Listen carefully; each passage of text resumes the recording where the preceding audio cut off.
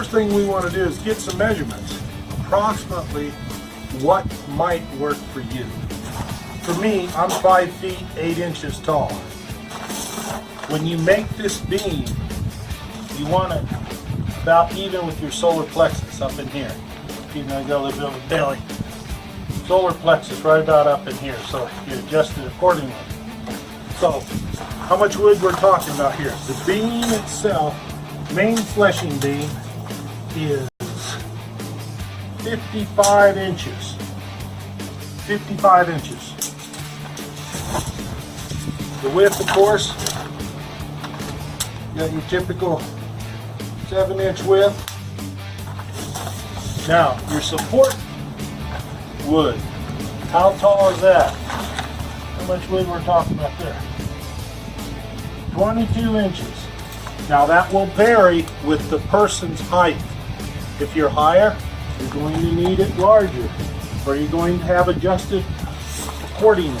Now for the main base, how much wood we're talking about there?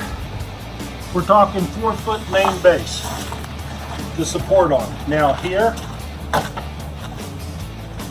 as I will show you shortly, a little bit of a close-up, you have a hinge here, so this can fold. You have a hinge here, so it goes down. Your portable fleshing beam is very important. If you want to save your trophy, your hide, your skin, whatever it is that you need to flesh down, you need something like this. This here's a unique design.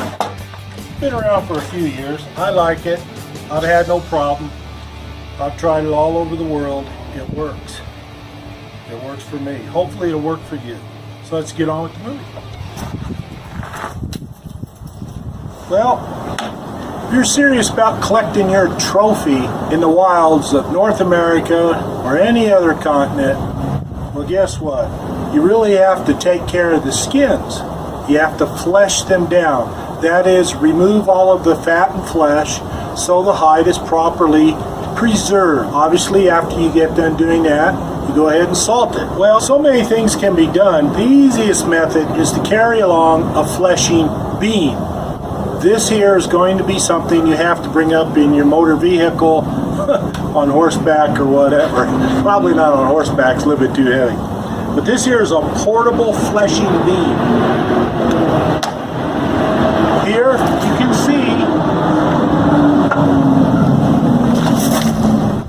how it easily folds down, pack in the back of your truck, your trailer, what have you.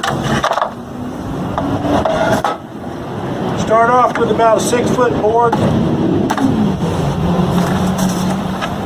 You taper it, you make sure there's no square corners.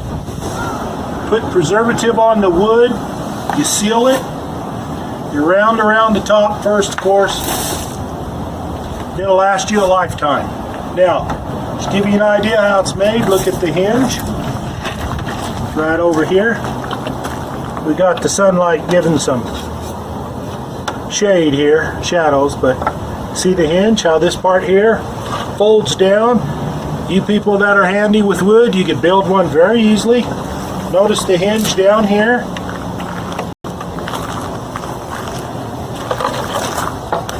And notice how the back of it comes out over here. Down here you have some guides. This fits really tight to hold it still. Get it even. Works very, very well. Proper knives you can use. Your hunting knife, if you have it. You don't need one of these fancy knives called a necker knife. Fleshing knife. A little bit of a curve in it. Or otherwise known from years ago when they used it on wood to shave wood down, it's called a draw knife. A draw knife's a little bit different handles, but you can use those too. You really should study up on how to properly skin something out, how to properly flesh it down. These instruments here, something you can include in your hunting camp.